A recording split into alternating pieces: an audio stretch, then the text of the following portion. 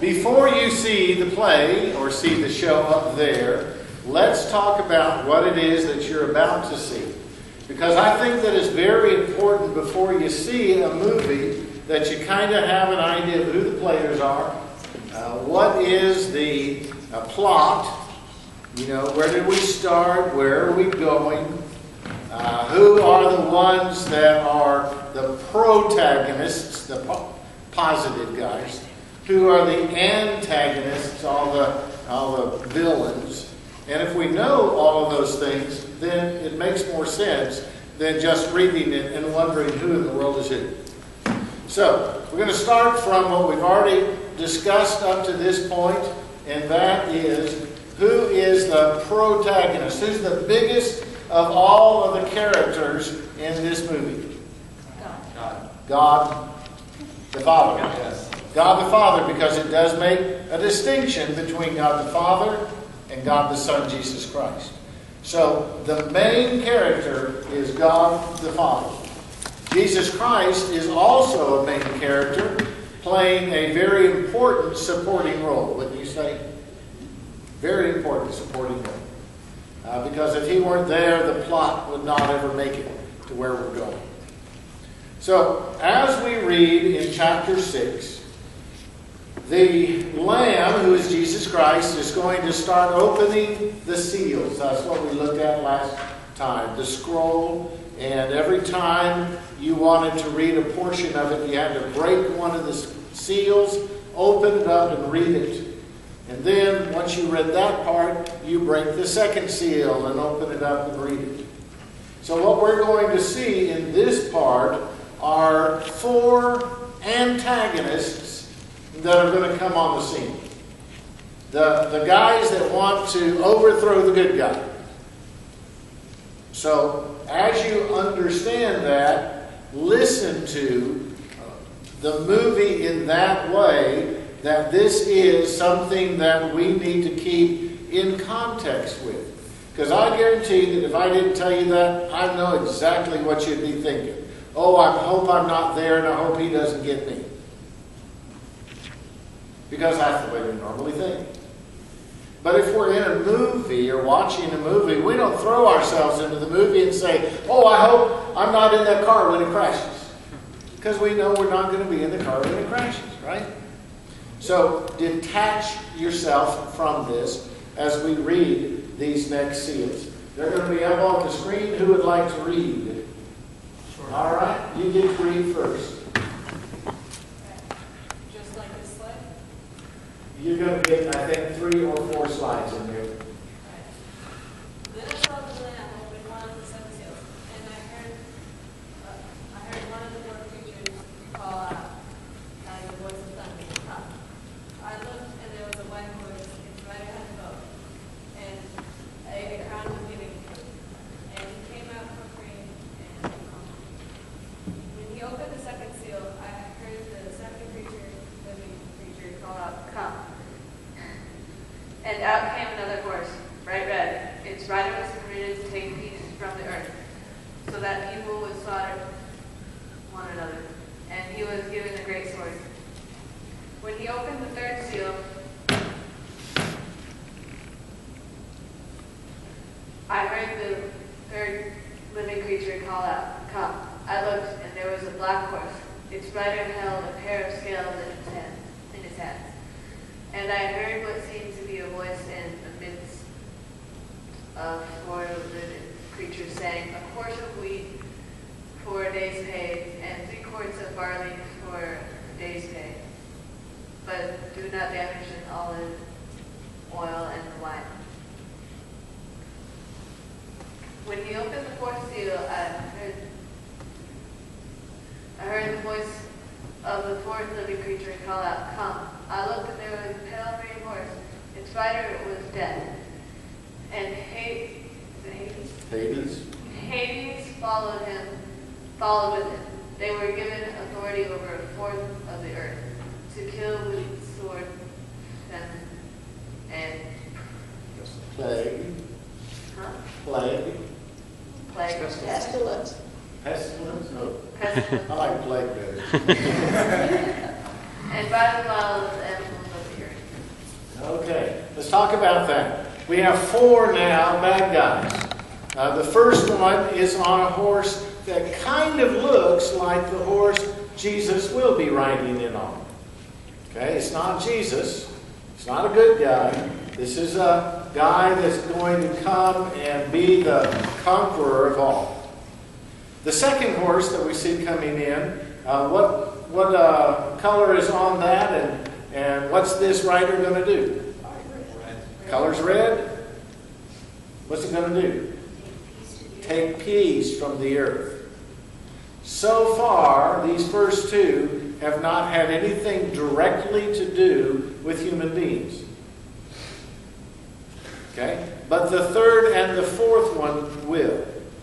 So let's look at that. The third one is all about a black horse, which was basically its famine.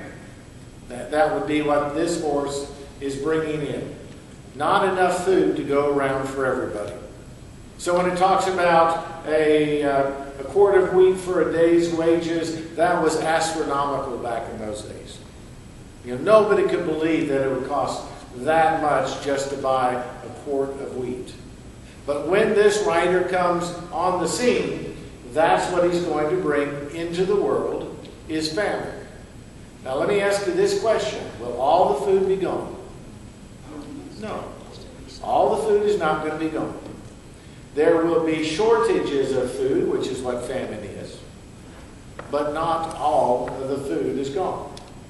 Sometimes we read more into it than what's really there.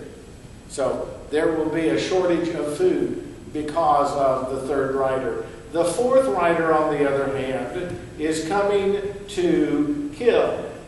Its rider was death, and Hades was following close behind him. And how much land of the earth was he allowed to get into? A fourth. That means that somebody had the power to say this and no more. Who do you think had the power to do that? The Father. Remember, let me go back and remind us again of what this story is all about. This creation that you and I are living in right now is full of sin. It's full of death. It's going to go away. Away. Long way. As in not be here anymore. And so the book of Revelation is the future story of what God is going to do to bring in the new creation. A new world for those who are followers of Christ to live in for an eternity. And it will be as wonderful as the Garden of Eden was in the very beginning of the Bible. But before this new heaven and new earth can get here, God has got to destroy the earth that is now. And so he has begun by allowing these 4 riders to go into the world to begin the process of destruction of the world. So, if these riders were not turned loose, then we're still waiting. Then the world is not at that point where God can do away with the old and bring in the new. So in some ways, for us as Christians, we need to be sitting back because we know the story and we know the ending. And we need to go, yay, go get them. Because if they don't go get them, then we don't get out of this sinful, dead world. So we can stand on the side and cheer on the fact that God has loosened them with the seals. Does that make sense? Is there anything to be scared of when you look at it that way? Yeah. Because we are under the protection of the Father, who can tell one of the horses, you only get a quarter of the earth and no more. God sets boundaries about how this world is going. All right, now the next part before you look at it is going to be the 5th seal, and we're going to be seeing all of those people that have been killed because they have told others about the wonderful love of Jesus Christ, and those people didn't want to hear it. And so they killed them. They were martyrs for the sake of Christ. And God, when they started crying out for revenge, Instead of revenge, God knew his plan. Instead, he gives them a gift. And he says, wait a little while. Just relax. Take it easy. It's coming. So that's what we're going to see. A dialogue between this new group of people and the Father himself. All right, let's read it. You want to read this back? Sure. Read loud.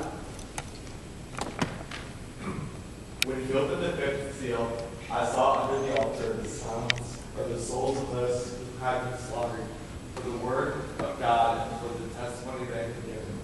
They cried out with a loud voice, Sovereign Lord, holy and true, how long will it be before you judge and average our blood on the inhabitants of the earth? They were each given a white robe and told to rest a little longer until the number would be complete, both of their fellow servants and of their brothers and sisters, who were soon to be killed as they themselves had been killed. Okay, right there. Some of the folks are going to die for the sake of Jesus Christ.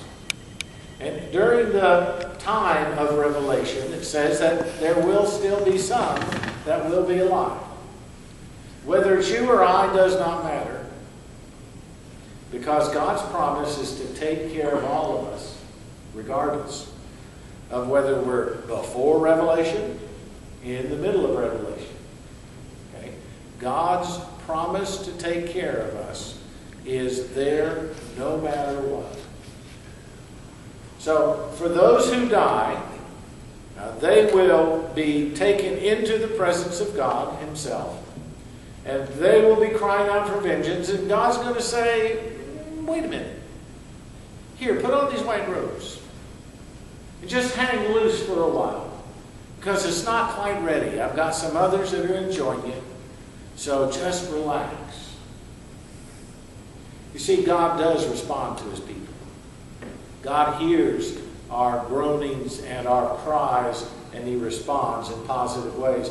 Now, the next one that we're going to look is the sixth seal, and this is the part where the world is going to go crazy. The physical world is going to go crazy. All of the people that are still living in the world are going to get so scared, they're going to start running for holes in the ground, to try and hide. So that's what we're about to see in this clip, is the world going crazy with earthquakes and all sorts of things. All right, who wants to read? Okay.